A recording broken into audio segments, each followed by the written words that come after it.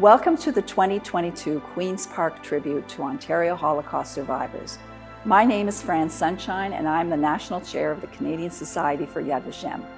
It is my privilege today to invite you to join us as we recognize 10 remarkable Holocaust survivors who came to Canada following the Shoah and built beautiful lives and families following the war. Since 1993, the Canadian Society for Yad Vashem has hosted the annual tribute to Holocaust survivors in collaboration with the Government of Ontario, which recognizes the achievements of Holocaust survivors in Ontario. To date, we have recognized and honored close to 300 Holocaust survivors who began their life anew in Canada and greatly impacted the communities in which they live. For our third year in a row, we are proud to present this year's ceremony virtually as part of Holocaust Education Week, an annual event organized by the Holocaust Education Center. Today, we are fortunate to have family and friends viewing this ceremony from around the world and sharing in this important acknowledgement. We take this opportunity to thank everyone who has participated in this ceremony, and thank you for joining us. Thank you to Premier Ford, Consul General Idit Shamir, Rabbi Daniel Green, and Cantor Eric Moses for bringing immense meaning and insight to this event. We extend our sincere appreciation to Premier Ford and to the Government of Ontario for their support of this vital annual event, which showcases the beautiful and fruitful lives built here in Canada by the Holocaust survivors being honored today. We also thank his staff for their efforts and assistance. Today, we celebrate the accomplishments of 10 extraordinary honorees who rebuilt their post-war lives in Ontario. With tremendous respect and admiration, we are proud to recognize and honor Molly Applebaum, Miriam Benyovitz, Alex Burstein, Howard Chandler, Georgine Nash, Herta Getzler, Frank Junger, Eva Olsen, Kitty Salzberg, and Meyer Sankowitz. This year's honorees invited us into their beautiful homes and shared their stories with us. It was a privilege to present each of them with their certificate and to let them know that their legacy will live on. As in past years, our honorees will be introduced by provincial politicians representing various parties and ridings. Today, I'm humbled to join you in paying tribute to the Holocaust survivors being honored. Their stories and courage are truly inspiring and will live on for future generations. But they also serve as a powerful reminder of the work that still needs to be done. Our strength as a province comes from our diversity. As Premier, I will continue standing shoulder to shoulder with our Jewish community here in Ontario and around the world to fight anti-Semitism, bigotry, and hatred in all its forms. Let's continue working together to build a better, safer, and more inclusive Ontario for everyone. And I speak for all Ontarians when I say, never again. Thank you. Shalom. It is a great honor to pay tribute today to the Holocaust survivors in Ontario on behalf of the State of Israel.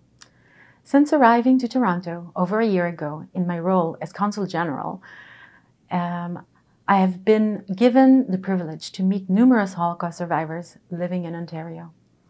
I have heard and seen how integral they were in pioneering the Jewish community in Canada, both during and after the Holocaust, and how they are the backbone of the large and vibrant community of today.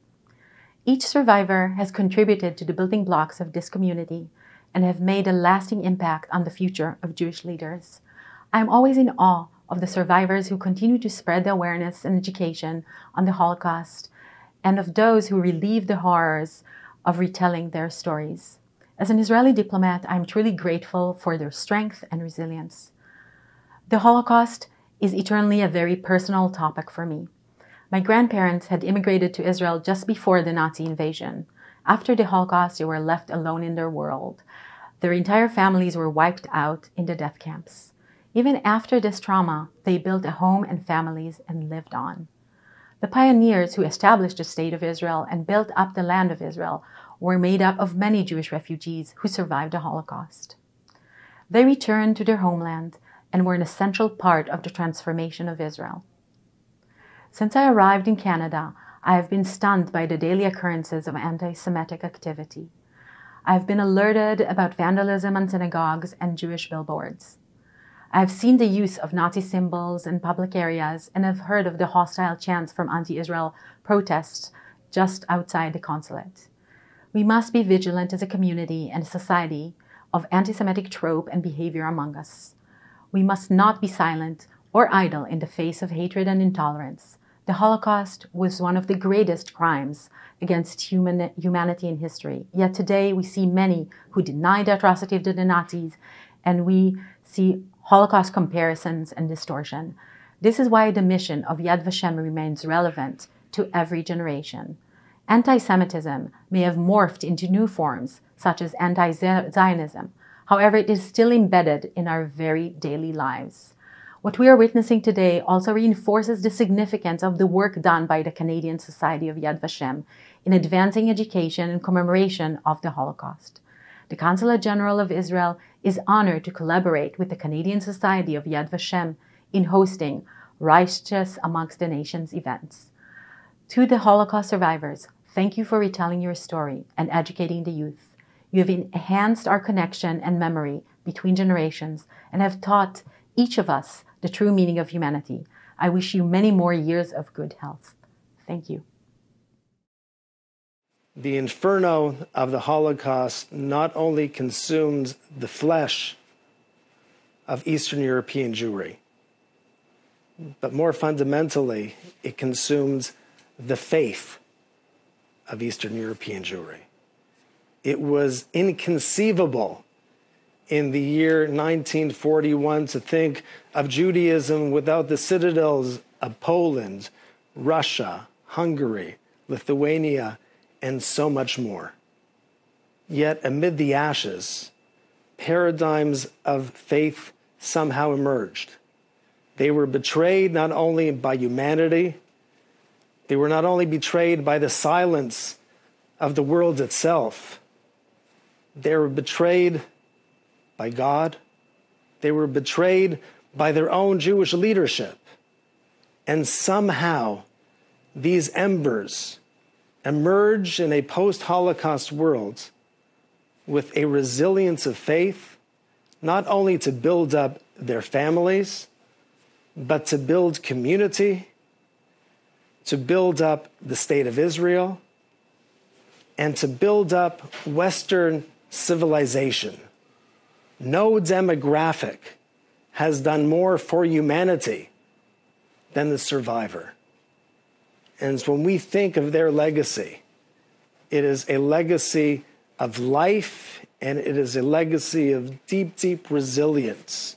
We thank the Canadian Society for Yad Vashem. We thank the province of Ontario for this great opportunity to remember what occurred during the Holocaust, but more fundamentally, to remember the inextinguishable faith and resilience of the Jewish people.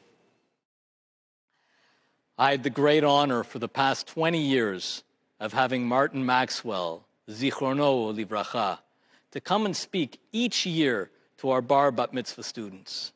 Sadly, I can no longer have him come and personally tell his stories of heroism and bravery. But I remember one thing he always told the kids, that by you hearing my story, you become a witness. The importance of hearing these stories today is that you too are now a witness to the horrors of the Shoah, that it should never, ever happen again. Kel Malei Rachamim, in memory of the 6 million souls who perished brutally at the hands of the Nazis in the greatest crime in human history, men, women, and children. Please rise.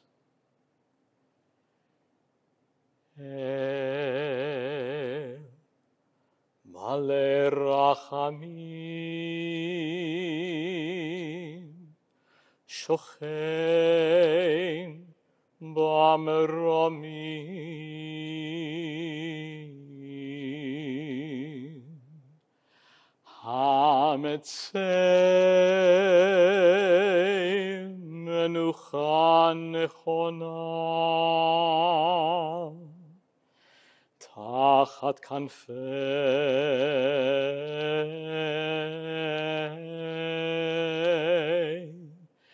השכינה.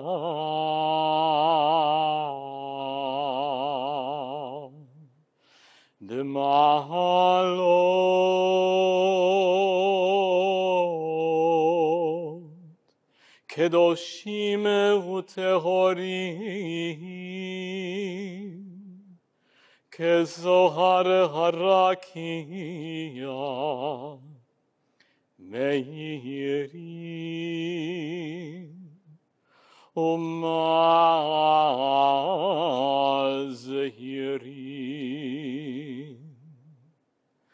לנשמות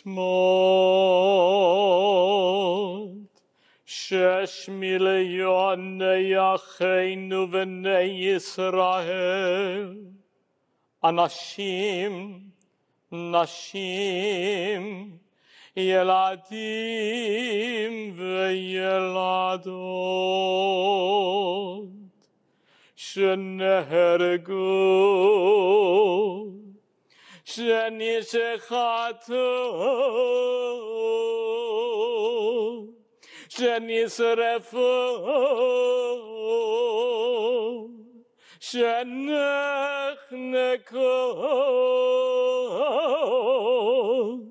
אוי שנידביום, שנקברו חיים בידי הנאצים ועוזריהם, יימח שמם. ומסרו נפשם, ומסרו נפשם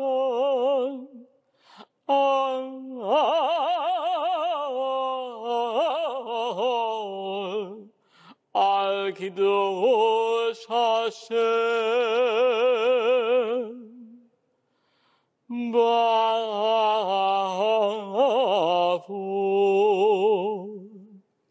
שכולנו מתפללים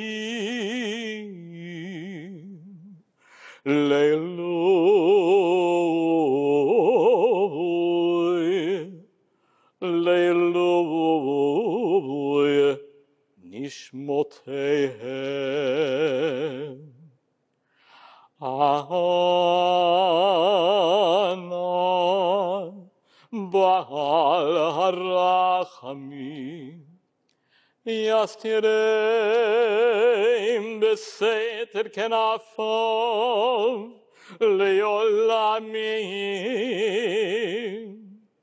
וצרון בצרון החיים את נשמותיהם בגן עדן, בגן עדן תהיה מנוחתם. אדוני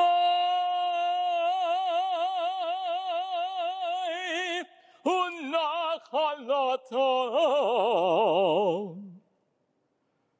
וינוחו בשלום על משכבם,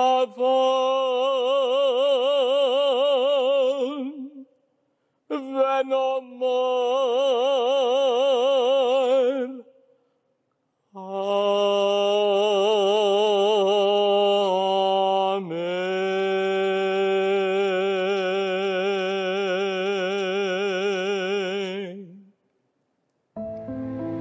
Today I stand at the Canadian Society for Yad Vashem Holocaust Memorial Site at Earl Bales Park. The Holocaust Memorial Site was dedicated in 1991. It was designed as a permanent reminder of the Holocaust's devastating toll on humanity and to show the triumph of spirit of those who survived. Our site tells the story of the Holocaust and contains almost 5,000 names of Holocaust victims and survivors. We have now completed the construction of 2 new walls and the creation of the Youth Holocaust Education Program that will include experiential and online learning opportunities for students on site. We are proud of our newly installed ready-to-print exhibit up on the walls, which will be updated and is available for organizations to use as a resource for Holocaust education. I urge you and your families to take the time to visit our Holocaust Memorial. The Canadian Society for Yad Vashem, in partnership with the Ontario government, is proud to honor 10 remarkable Holocaust survivors living in our community. During the ceremonies with each of the honorees, a certificate was presented to each honoree from the Ontario Premier, Doug Ford. The certificate reads as follows. I am honored to join the Canadian Society for Yad Vashem in paying tribute to the tremendous courage, strength, and resilience of Molly Applebaum, Miriam Ben-Yovitz, Alex Burstein, Howard Chandler, Georgine Nash, Herta Getzler, Frank Younger, Eva Olson, Kitty Salzberg, and Meyer Sankowitz, Holocaust survivors. Few of us will understand the unparalleled cruelty and suffering that you and your fellow Holocaust survivors experienced. Thank you for continuing to share your story. It serves as a powerful reminder of our obligation to learn from this dark chapter in human history, to be vigilant against all forms of bigotry, and to build a world without prejudice and hate. Today, we recognize and honor you in this annual tribute to Holocaust survivors. Your spirit prevailed in the darkest of times, and your story will live on for generations to come. You are a true inspiration and hero. Please accept my sincere best wishes. Doug Ford, Premier of Ontario. Hello, my name is John Fraser. I'm the MPP for Ottawa South and the interim leader of the Ontario Liberal Party. And I am honored and privileged to be a part of the Ontario Tribute to Holocaust Survivors and recognize Meyer Sankowitz. Meyer has an important story to share of courage and resilience. Meyer Sankowitz was born in Radom, Poland, to parents Itzhak Sankowitz and Leah Goldwasser on August 20th, 1922. Meyer had an older sister, Frida, and a younger brother, Zelmund. Meyer grew up in an apartment in Radom, Poland. His father was a butcher and his mother was a housewife. Meyer worked at the butcher shop too, often collecting the money from the customers. Meyer spoke Polish, Yiddish, and later learned German. He went to a Hayter type school and aspired to be a dentist. Meyer was 16 years old when the war broke out. His family was forced to move to the Radom ghetto in 1940 and remained there until 1943. One night in 1943, soldiers came to their home and divided his family to transport them to concentration camps. As he recalls, that night soldiers unexpectedly entered the home in the ghetto yelling, "Arus, Arus, out, out." His mother took his older sister's son, Moish, and told his sister that she would care for him, as she thought his sister would have a better chance of survival without the baby. The family members at that point were all separated, and that was the last time Meyer saw any of his family. Meyer spent the remainder of the war predominantly in labor camps. He was in Kochendorf in 1943 for 2 months, and then Dachau from 1943 to 1945. He often credits his survival to the fact that he grew up in a lower income family and he was used to hard labor and sometimes having little food. But his family knows the truth. It was his fierce determination and strength of character that got him through the horrors of the Holocaust and continued to help him persevere throughout his life. Meyer was liberated and sent to a displaced persons camp in Stuttgart, Germany in 1945. In Stuttgart, he lived with 3 other men who soon became his closest lifelong friends. One day they were invited over for a Shabbat dinner to an acquaintance who was also originally from Radom, Meyer Fogelman. His sister, Beryl, a survivor of Auschwitz, took a liking to Meyer and would often come by their house and offer to cook and clean for the boys and to help take care of them since they were on their own. Sometime later, Meyer Fogelman and his wife, Lola, decided to move to Canada. He wanted to take his sister with him. He gave Meyer an ultimatum. marry Perel, or she would be leaving to come to Canada with them. So on December 30th, 1947, they were married and remained deeply in love until her passing for almost 70 years.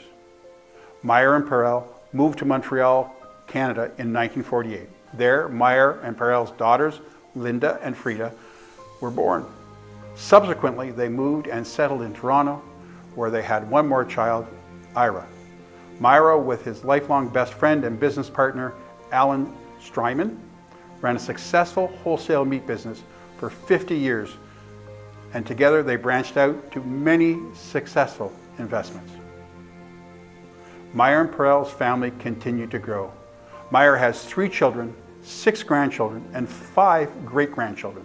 They instilled in these generations how to see the light by instilling the values of humanity, tolerance, kindness, understanding, and appreciation for life and family.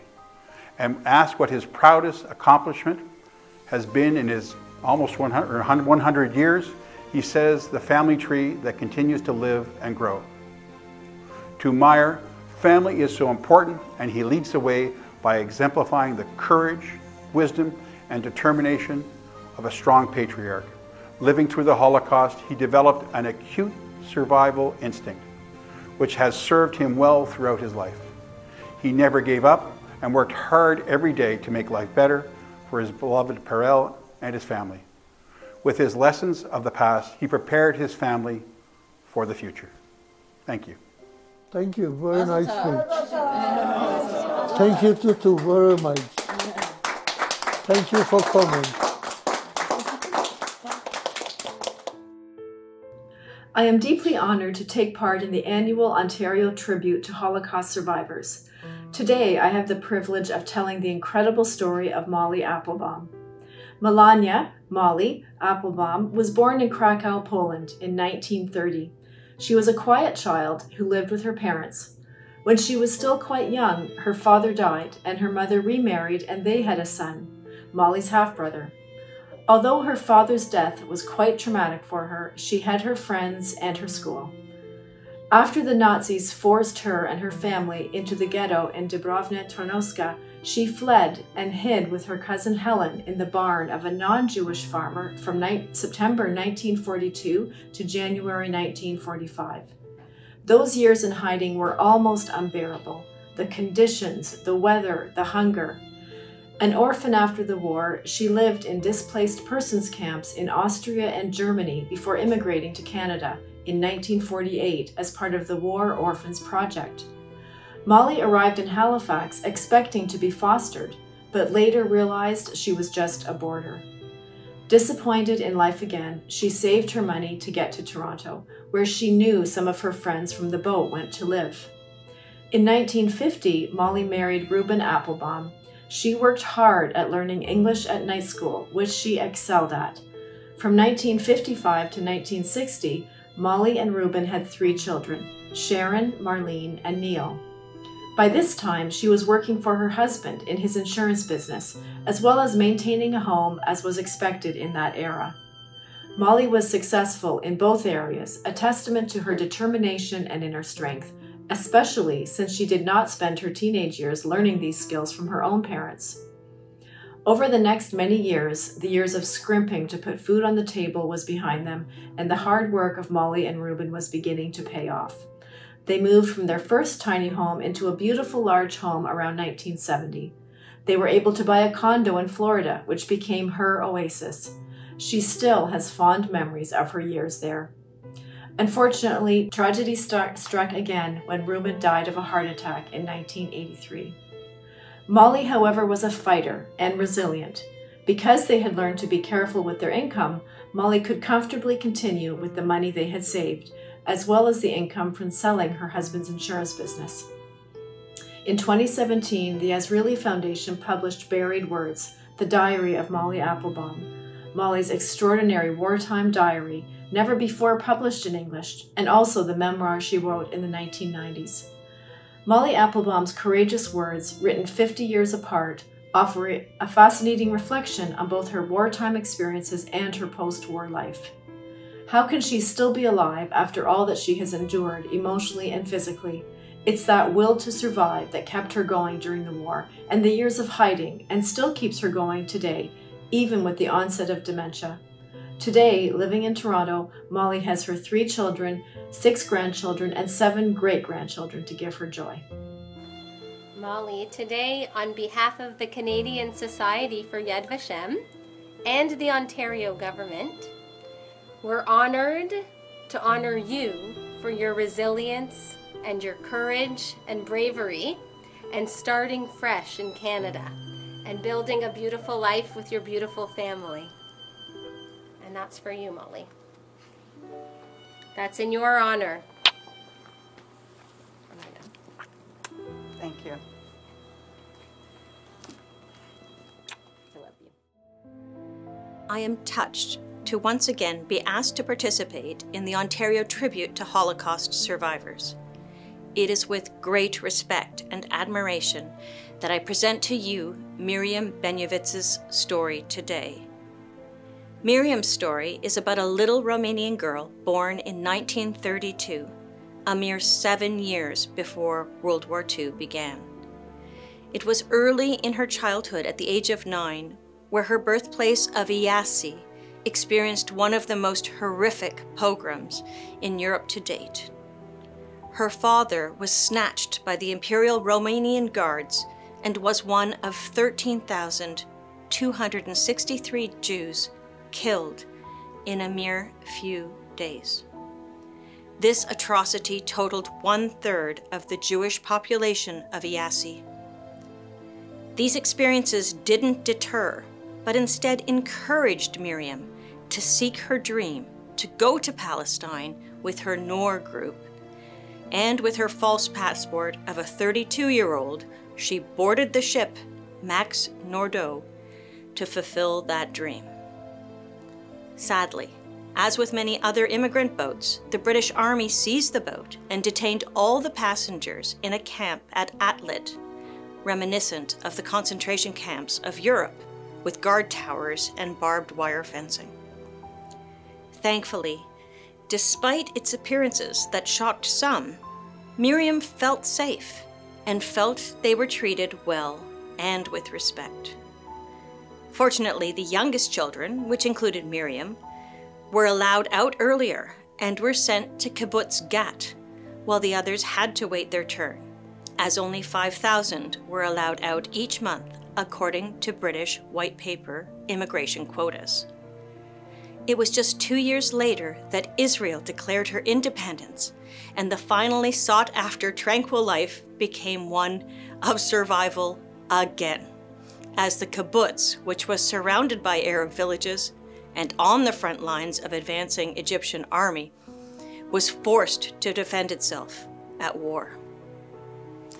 The women and children were already evacuated prior to the declaration, but the men and Miriam's Noor group stayed behind to defend the kibbutz during the war. Shortly after, Miriam joined the IDF and became a sergeant major, a drill sergeant no less, training future women of the IDF. It was then that she met Sergeant Zvi Tibor. Miriam and Tibor were married in 1953 and lived in Kiryat Motzkin, where their son Amit was born in 1959.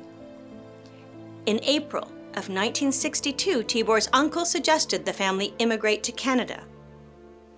It was a long process and the family required a sponsor, so Tibor's older sister, Edith Arato, already living in Canada with her mom Helen, was their sponsor. Miriam, Tibor, and Amit boarded the SS Atlantic and sailed for 2 weeks to New York. Sadly, Miriam's aunt didn't read the fine print, which instructed all to travel directly to Canada and not via the United States. Not knowing this, the three arrived in New York, only to be immediately detained and taken to the airport and forced to buy tickets to Toronto. Miriam worked several jobs here in Canada. She worked at Baycrest, working in our accounting, after attending night school. Miriam and Tibor's daughter, Ronit, was born in Canada in 1968. Miriam then moved into real estate for some time, while her husband Tibor worked 3 jobs around the clock as a tradesman. The two entered a professional partnership and started a company together. Miriam's life has been one of courage, resilience, survival, and determination. Despite all of the numerous obstacles she faced, Miriam never stopped following her dreams and managed to carve out a wonderful life for her and her family in Israel and Canada. Sadly, Miriam's loving husband Tibor passed away in 2020. Miriam has 3 grandchildren and is surrounded today by her loving family. Today, the Canadian Society for Yad Vashem, with the Ontario government, is honoring you for your resilience and courage, starting anew in Canada. Thank you. We need people to talk. Has to be a way to attract or somehow to have the younger generation, even if they don't involve physically, at least to, to support. Because at the time, it wasn't enough what they did in school. It is with great respect and admiration that I introduce you to Kitty Salzberg today and share her incredible story that speaks to her spirit of hope and her steadfast commitment to her sister and her bravery in beginning a new life in Canada. Kitty Salzberg was born in Budapest, Hungary on November 14th, 1932 to parents Boruska and Martin. Kitty was the older sister to Elanka, now known as Ellen. During these years of depression, Kitty's father had a hard time providing for his wife and children. Their situation was further strained by Martin's mother moving into their single-room apartment while the girls were still very young. Fortunately, Boruska's family, including grandparents Aunt Margaret and Uncle Latsi, tried to be of help as much as possible to make sure there was adequate food for them because they had a close, loving relationship with each other. While there were no toys in such a small place, Kitty's parents taught the children lots of songs, and Kitty, who became a good student in elementary school and a voracious reader at a young age, entertained her little sister by reading to her the fairy tales of the books from a nearby library. Her love of reading helped her feel less lonely, and when her father was taken as slave labor support to the Hungarian army, and at the same time she had to be separated from her mother and her sister at the age of 9, she had to be moved away to stay alone most of the time at her grandparents' apartment because she came down with tuberculosis. And while there, she comforted herself by listening to music and the radio and by reading her grandmother's grown-up books. Kitty's appetite for reading and her learning has never ceased to this present day. Although Hungary would not be invaded until 1944, Kitty and her sister Ellen experienced much anti-Semitism in their daily lives. Hungary readily enacted the very laws the Nazi Party advocated for, and in 1940, Kitty's father was called in among other Hungarian soldiers to support the German army. The Jews enlisted were assigned roles that were deemed useful by any means necessary. In 1942, Boruska received a note that Martin had disappeared at the front. He was 36 years old. In 1944, all Jews were ordered by law to move into designated and guarded so-called Jewish houses. In reality, they served as isolation from the general population and a holding place for the Jews until they were sent to concentration camps or to the ghetto. Here, Kitty was cared for by her Aunt Margaret, while her mother and Ellen were in separate housing with additional family members. During these times described by Kitty as Kitty described them as living in a prison, and every so often her aunt removed the yellow star that identified her as a Jew and left for hours during the day. One day, Kitty was told by Aunt Margaret to remove her star as well and join her in the secret trip to go out of the Jewish building. This is how she discovered her heroic aunt, was bribing superintendents and risking her life to smuggle food to her sisters and her brother's family, who were locked in another Jewish house. In joining her aunt, Kitty too risked her life, but was able to see her mother and her sister. In late 1944, without any warning, the residents in the building where Kitty stayed with her aunt were rounded up to be taken to the concentration camps. The same order was also given to the prisoners of the building where her mother and her Aunt Serene stayed with their children. By now it was known that the children taken away would not have any chance of survival.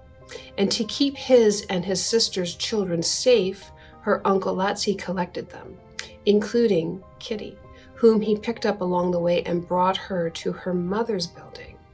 This was the last time Kitty saw her mother, and after staying for a few days that seemed like a protected place for children, along with the other Jewish children, Kitty and her sister Ellen were marched into an enclosed area, the Budapest ghetto. Without her mother, Ellen felt alone and terrified and clung to Kitty for protection. For a while, Kitty tried to find food for herself and her sister in the bombed-out apartments, but without much success. They were starving, they were cold, and they slept mostly in and out of semi-conscious state. They held on tight to one another to keep each other warm and were liberated on the brink of death by starvation in this Budapest ghetto by the Soviet army at that time. Orphaned after the war, Kitty and Ellen stayed in an orphanage, and once their Aunt Margaret came back from the concentration camp, she provided a home for her sister's orphan children.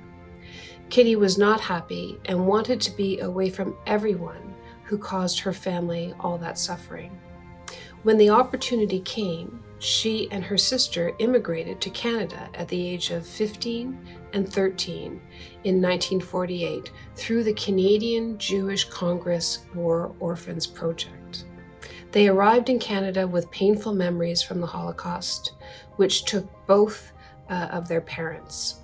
Their harrowing time alone in the Budapest ghetto was fresh in their minds, as were their fragile hopes to be adopted.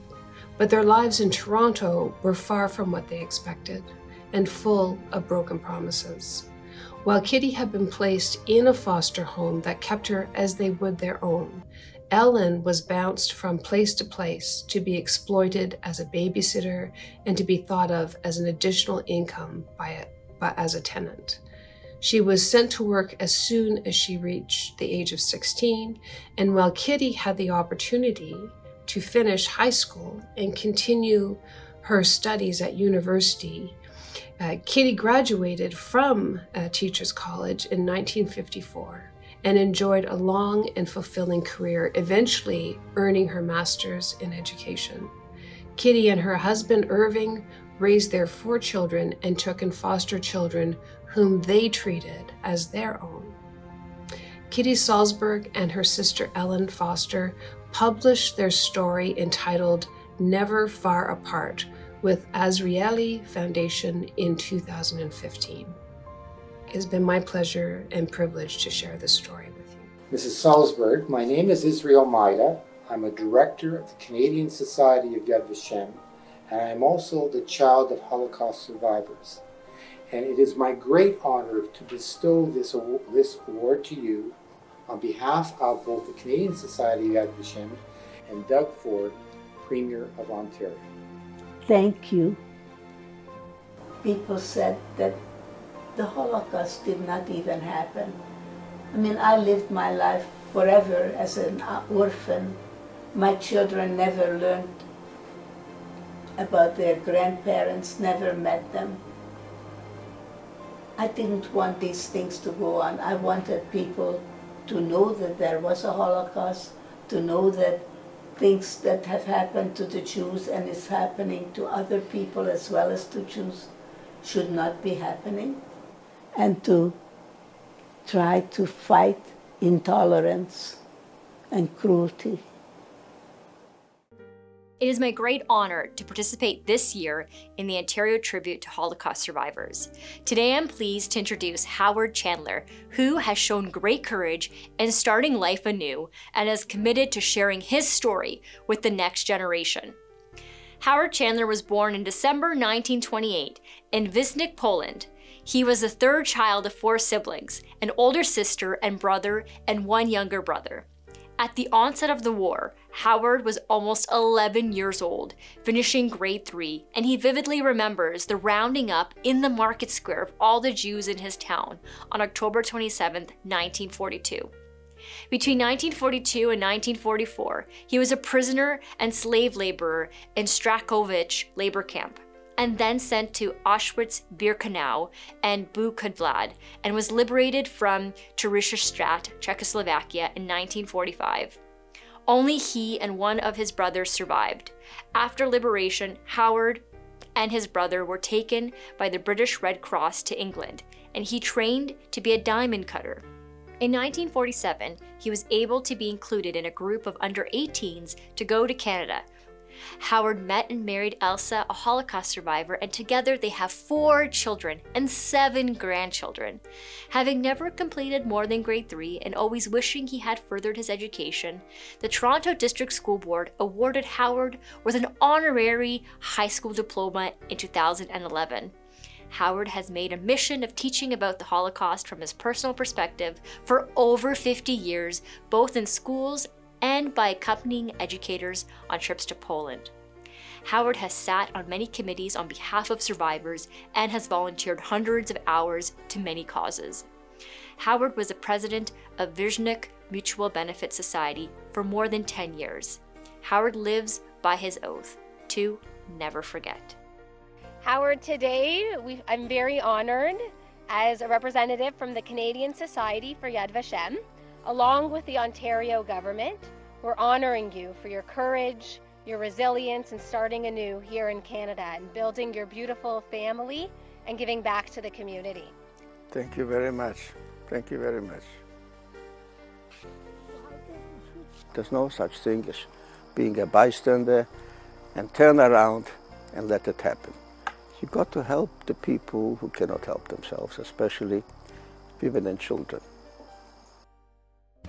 It is a privilege today to introduce Herta Getzler's story of perseverance, loss, and unwavering hope. Herta Getzler, née Nussbaum, was born in Berlin in 1921 to Zygmunt and Dora Nussbaum and had 2 sisters, Rita and Hella. Herta's happy and loving childhood was cut off with Hitler's rise to power. As the war escalated in Germany, Herta's father, who was from Krakow, was forced to leave their home in Berlin to return to Krakow. His family soon followed him to rural Poland outside of Krakow, and eventually all were placed in the Krakow ghetto. Herta found work at a nearby enamel factory run by Oskar Schindler. Herta was part of this first cohort working in Schindler's factory while she lived in the Krakow ghetto and was eventually added to Schindler's famous list. Herta lived in the ghetto until it was liquidated. While she was at work in the factory, every member of her family was deported and killed, except for 1 sister who had been sent to the UK before the family moved to the ghetto. Herta had a personal relationship with Schindler and was favored by him due to her German descent and the fact that she had a striking command of the German language as a Jew in his factory. When the Krakow ghetto was destroyed, Herta was moved to Plachsau and eventually to Schindler's Brunlitz factory. The train was routed through Auschwitz for a number of weeks, and Herta narrowly avoided certain death, leaving this concentration camp with scarlet fever, but her fever and redness were disguised with the help of her fellow inmates. Upon her arrival in Brunlitz, it was Schindler who did not send her back to Auschwitz due to being sickly, but instead separated her from the others and personally nursed her back to health. many would sneak a peek at the woman in the cellar who Schindler was caring for. Herta was liberated at the factory in Brunlitz and returned to Krakow, where Philip Getzler, a boy she knew and liked before the war, and whose mother she worked for in the early days of the ghetto, came to find her. They married right away and spent time in a displaced persons camp in Linz, Austria, where their son George was born. They subsequently traveled to Sweden to explore the option of living with family there, ultimately deciding not to stay. Herta and Philip were able to move to Toronto, Canada, where Rita, her older sister, could sponsor them. Philip was offered a business opportunity in North Bay, Ontario, in a wholesale automotive business, and eventually was able to open up his own business. Ever a trailblazer, Herta opened her own women's clothing store called Herta's Fashion Fair on the main street and ran her business until the mid-1970s. It was in North Bay that their daughter Debbie was born. In 1986, Philip sold his business and he and Herta moved to Toronto to be closer to their children and their grandchildren. Herta now enjoys frequent visits from her beloved grandchildren and her 7 great-grandchildren. Sadly, Philip passed away in 2008. Living without him has caused tremendous pain for Herta, who recalls daily their great and enduring love. But surrounded by her children and her grandchildren, she always says that God was good to me.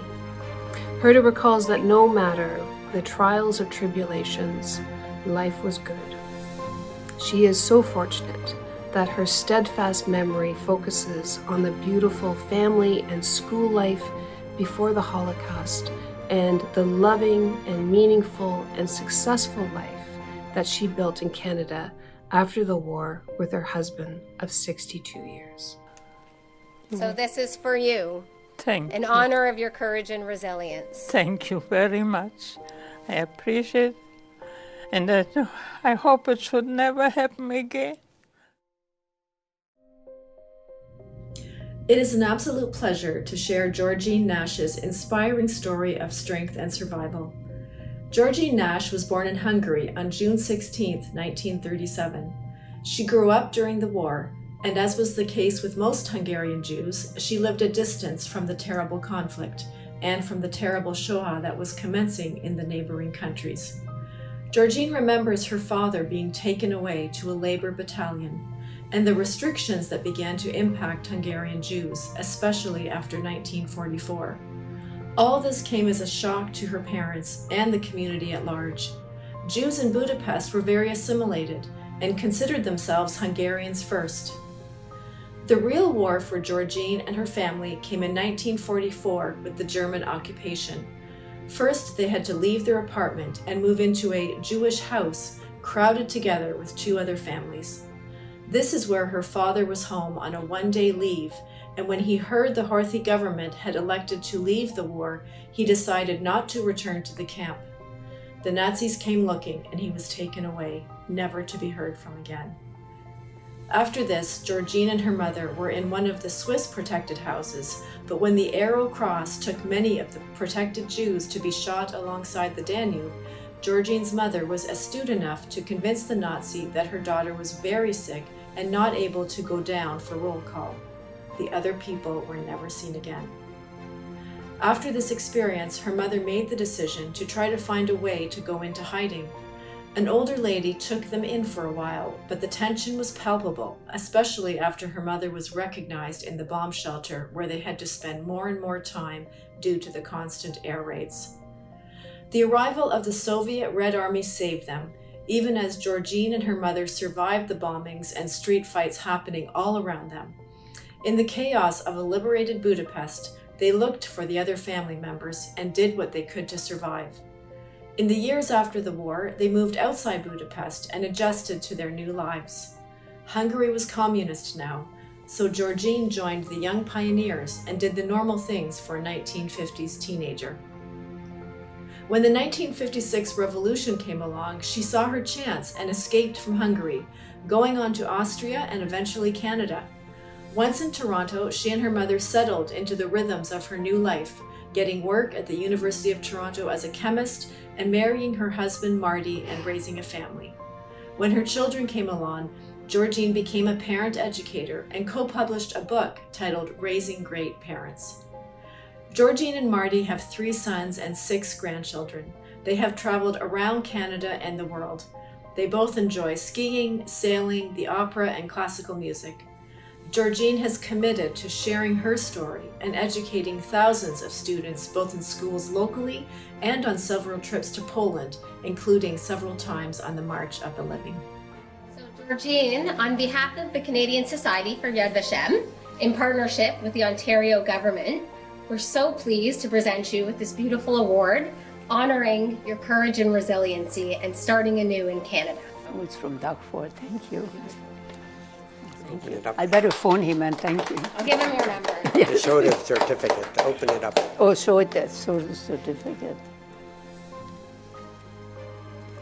If I can convince just a few people that they should do whatever they can to make sure that something like this will never happen again, and whatever they can do, what is the way to stop the horrendous anti-Semitism that is unfortunately again rising. And when I hear that, it just devastates me to think that people never learn and it can happen something like horrible thing again. It is with great pleasure that I introduce Frank Younger, who has had a life that demonstrates courage and ingenuity. Frank Younger, an only child, and his parents Joseph and Sarah lived a comfortable life in the small town of Vala Lui Mihai, Romania, near the Hungarian border. Frank's family lived a peaceful coexistence with their non-Jewish neighbors. He recalls that they had over 400 sheep and 40 oxen. In March 1944, Frank was aware of the pounding of footsteps outside his school window. German soldiers were marching into Vala Lui Mihai, and their approach marked the end of his childhood at just 13 years old. From now on, Frank, a child, would have to rely on himself to survive. That March, the Jews of his town were expelled to a ghetto in Hungary. In May, on the pretense that they were being sent away to become farm laborers, the Jews were loaded into trains, cattle cars. More than 100 men and women and children were squeezed into each small car. Tiny slots allowed in a little bit of air, but the heat was oppressive and the conditions were unsanitary. After the arduous journey, the train arrived at Auschwitz-Birkenau. The people were pushed out of the cars and forced to line up, men separated from women. The women were led away, and Frank never saw his mother again. Frank recalls the men being forced to discard their clothes, then being shaved from head to toe, and eventually being given striped uniforms. Frank soon was separated from his father, never to see him again either. Frank attributes his ability to cope at Auschwitz-Birkenau to several factors, one being that he spoke multiple languages: Yiddish, Romanian, Hungarian, German, and a bit of English. He was able to understand the guards, and he was able to discern the advice of some adult prisoners. Upon advice from another prisoner, Frank began telling others he was 16 years old. The 1944 Jewish holidays proved to be miraculous for Frank. On the eve of the Jewish New Year, 1944, Frank was selected ostensibly for a work detail to pick potatoes. When he saw the people that were selected, he quickly realized that it was not a work detail, but an extermination detail.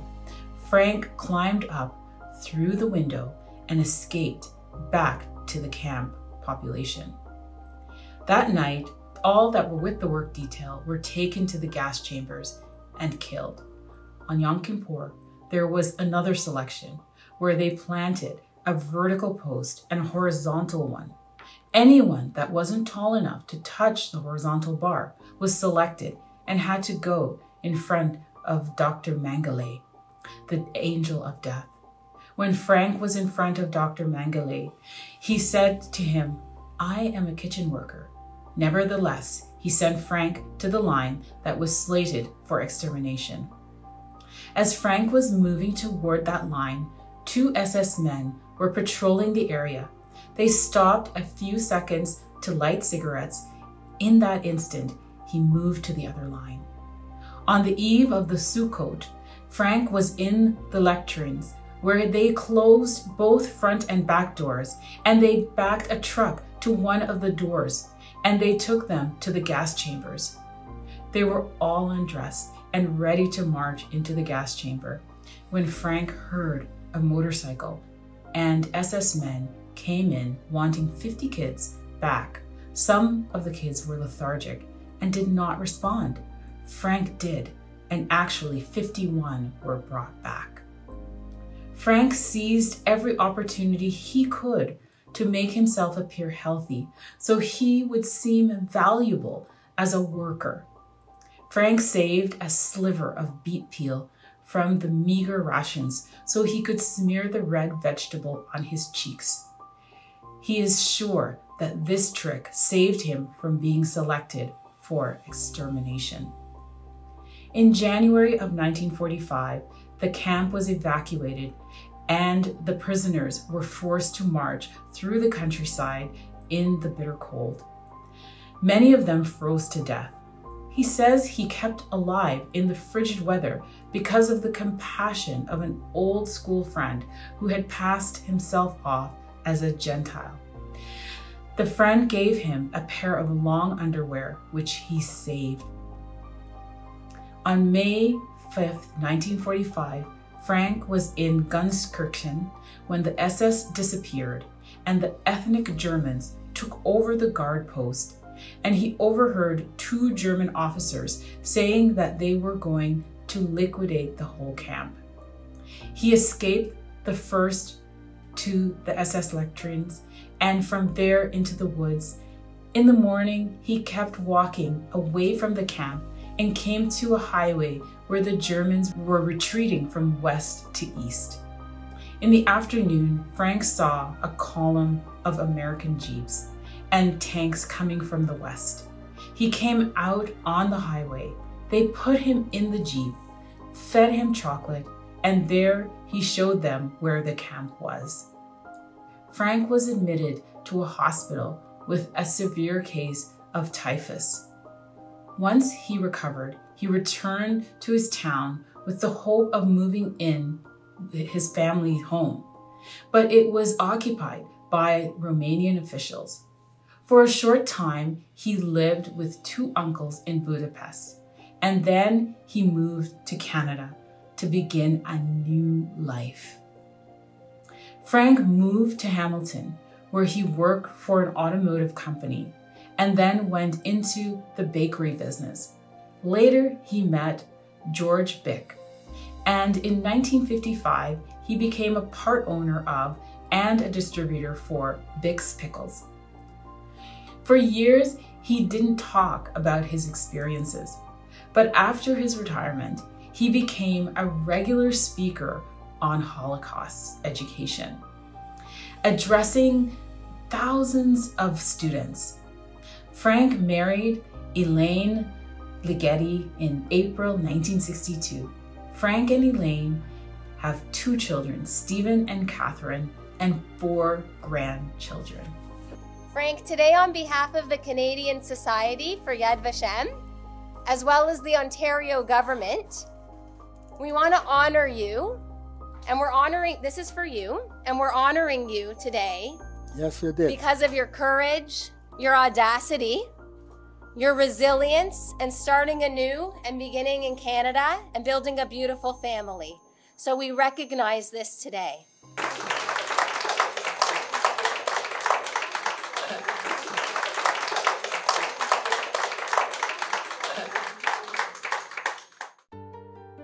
I am proud to introduce and present to you Eva Olsen, who has demonstrated strength and bravery in her harrowing journey to building a wonderful life in Canada. Eva Olsen grew up in Hungary, born into a Jewish family in Satu Mare, Hungary. She remembers the family's Hasidic traditions and the poverty and simplicity of her early life. Like other Hungarian Jews, Eva was comparatively isolated from the war raging all around them. They heard rumors and such, but as Hungary was allied with the Axis powers, day-to-day life was relatively unchanged. That was not the case after May of 1944. Nazi Germany occupied its Hungarian ally, and Hungarian Jews immediately felt the weight of the Shoah. Eva and her family were now inside the ghetto, and within a matter of a few weeks, the deportations began. The family walked 7 kilometers and were boarded onto the waiting boxcars, where the brutal conditions were unrelenting for 4 days. They arrived in Auschwitz-Birkenau, and with the selections, the family was separated, with most going to the gas chambers and crematoria. Eva and her sisters were selected for slave labor, and after spending a few weeks in the camp, they were sent to Dusseldorf and then Essen, Germany, to work in the Krupp factory system. Eva spent some time there during the winter of 1944-45 and was present during the day and night bombing that made up the Allies' Ruhr bombing campaign. Bombs eventually destroyed the part of the factory where Eva was working, so she and the other forced laborers were herded into a hole in the ground before being forced onto the boxcars again. This time she was sent to Belsen, which would be her final destination.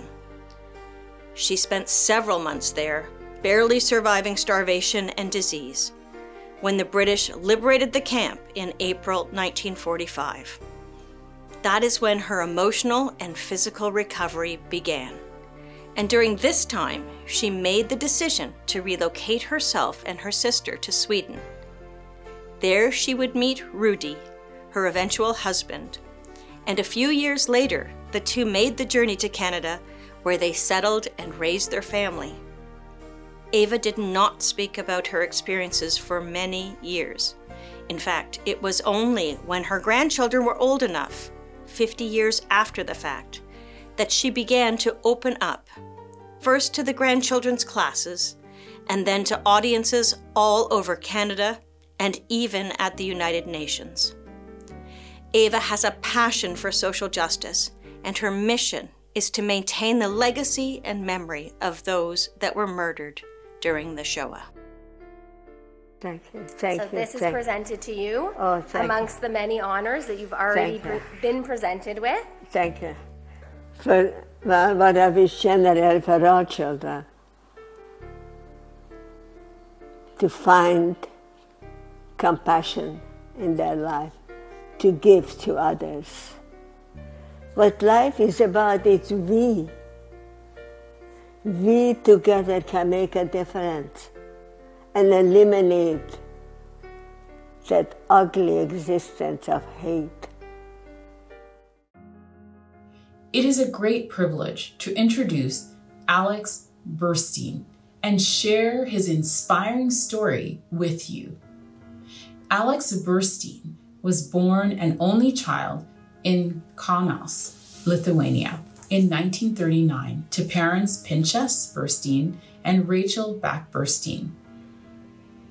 Pinchas and Rachel were staunch Zionists and in support of Jabotinsky, the Betar movement, and other notable right-wing pioneers' ideologies of the State of Israel. Rachel worked as a pharmacist and Pinchas an accountant until opening a shirt factory together. The Bursteins lived a good life, had a beautiful home, and a nanny, Shana. Alex's maternal grandfather was in the meat business, while his paternal grandparents were in the wine business. Alex's paternal grandfather was a rabbi. They were mostly unaffected by the Russian invasion of Lithuania in 1940. The Germans invaded in 1941. First, they collected the Jews and took them to the forests. They were lined up in single file in front of a Lithuanian named Roka, who represented the German occupiers. He directed the people left or right. The ones that went to the left were lined up in front of an open ditch and machine gunned. 90% of Alex's family were executed. Alex, his parents, nanny, and maternal aunt and uncle went to the Kovno ghetto. Alex's parents, Pinchas and Rachel, went to a daily work detail, and Shayna stayed with Alex. The family stayed in the ghetto until its liquidation.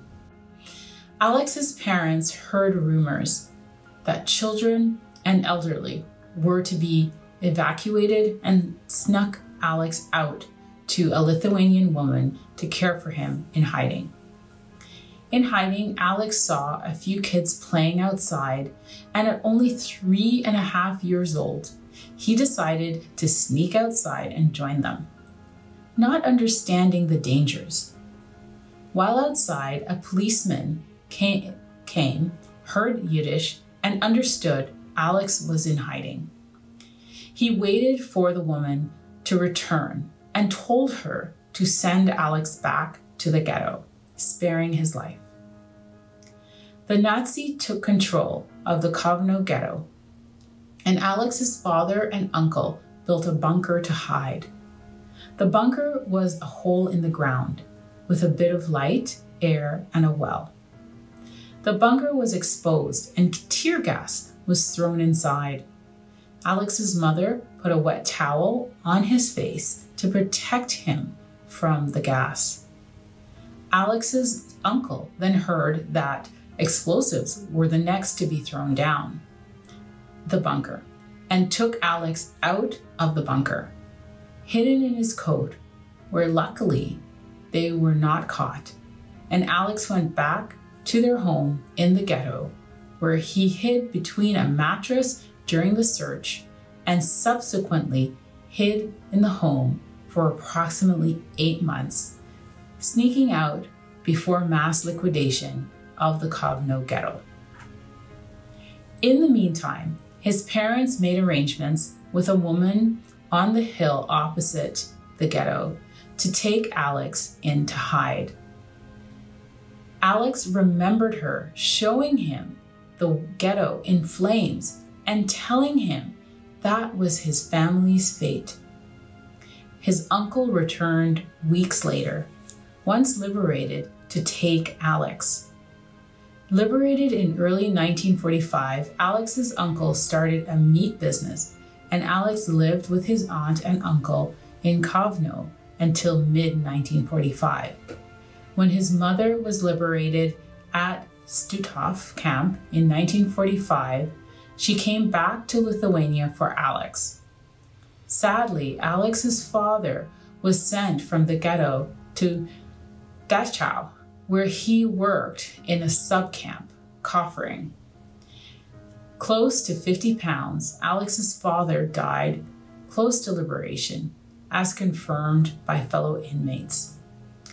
Alex then went to Lundsberg displaced persons camp with his mother, where she met Boris Eisenstadt, who she would later marry.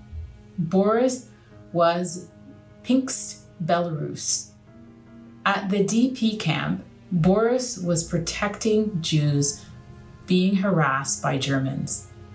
In 1948, Alex and his mother had a tombstone erected for his father. That same year, when war broke out in Israel, Boris went to fight and in 1949 returned to Lundsberg to bring Alex and his mother to Israel. Betty was born in 1951 in Petah Tikva. In 1952, the family left Israel for London and needed papers to come to Canada. They first arrived in Montreal, then to Ottawa, Toronto, and settled down in Winnipeg. Alex arrived in grade 8, graduated high school, went to university where he studied electrical engineering, and started a consulting engineering company, and then a real estate development company. Alex met a girl named Marcia at a fraternity party and grabbed the wrong Marcia's number. It was meant to be, because the wrong Marcia would become the right one and his wife in 1962. Alex then had his business in Toronto and moved there in 1989. Alex and Marcia had a son, Paul, and today have 6 grandchildren. Alex, it's my great pleasure, on behalf of the Canadian Society for Yad Vashem, to present you with this certificate that honors survivors who have come to Canada and live in Ontario from the Government of Ontario. Thank you very much. You're very welcome. And you have a beautiful family, and you should be very proud, and I'm sure they are all very proud of you. Thank you. Thanks, family. If you're a Jew, you have to remember one thing: never again.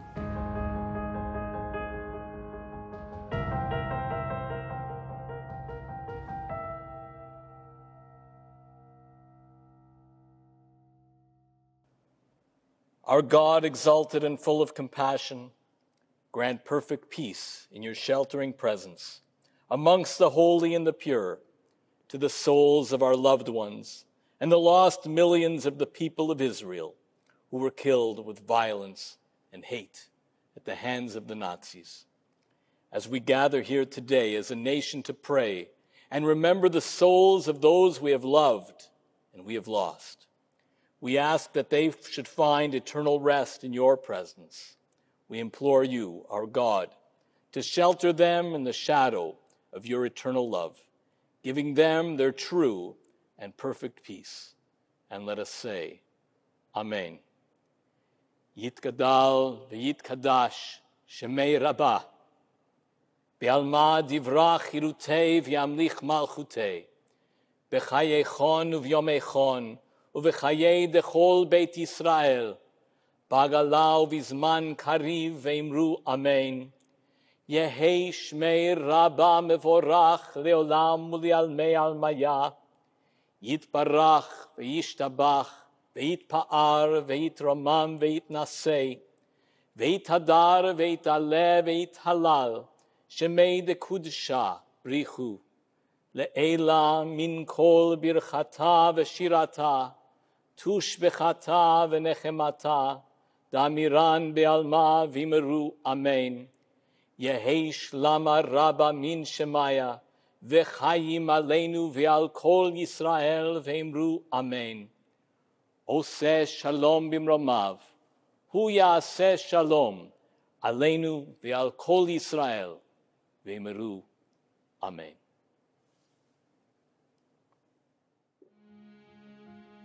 Thank you for joining the Canadian Society for Yad Vashem and the Government of Ontario for the 2022 Ontario Tribute to Holocaust Survivors. And I also want to take this opportunity to make you aware of a very special event and exhibit taking place in the new year. In late January 2023, to mark International Holocaust Remembrance Day, Yad Vashem will be displaying the Book of Names at the United Nations in New York City. The Book of Names is a unique memorial to the victims of the Holocaust. Since its establishment in 1953, collecting the name of every Shoah victim has been a core component of Yad Vashem's mission to restore the identities of each and every victim of the Holocaust. Over the past 7 decades, Yad Vashem has collected the names of more than 4,800,000 800,000 men, women, and children who were murdered as part of Nazi Germany's genocidal plan to physically exterminate the Jewish people and their culture and obliterate even their memory from history. Yad Vashem first created the Book of Names for the permanent exhibition Shoah at Auschwitz-Birkenau Memorial Museum Block 27 Pavilion, inaugurated in 2013. The new updated configurations of the Book of Names will serve as a tangible memorial both to the individual identities of those murdered during the Holocaust and to the inconceivable scale of the Nazis' attempted annihilation of the Jewish people. The book lists Shoah victims' names in alphabetical order, where the information is known, provides their birth dates, hometowns, and places of death. Reminiscent of the iconic empty shelves in the Hall of Names at Yad Vashem, the Book of Names includes blank pages, signifying those whose names remain unknown. More information concerning this exhibit will be made available in early January. Please check the Canadian Society for Yad Vashem website and social media channels for details. Now more than ever, we appreciate the significance of sharing these stories you have heard and learning about our collective history. We have seen an alarming and disheartening rise of anti-Semitism across the globe. It's imperative to listen to these harrowing stories, but also their lessons of hope, tolerance, and resilience that will be taught for generations to come. Again, thank you for joining us.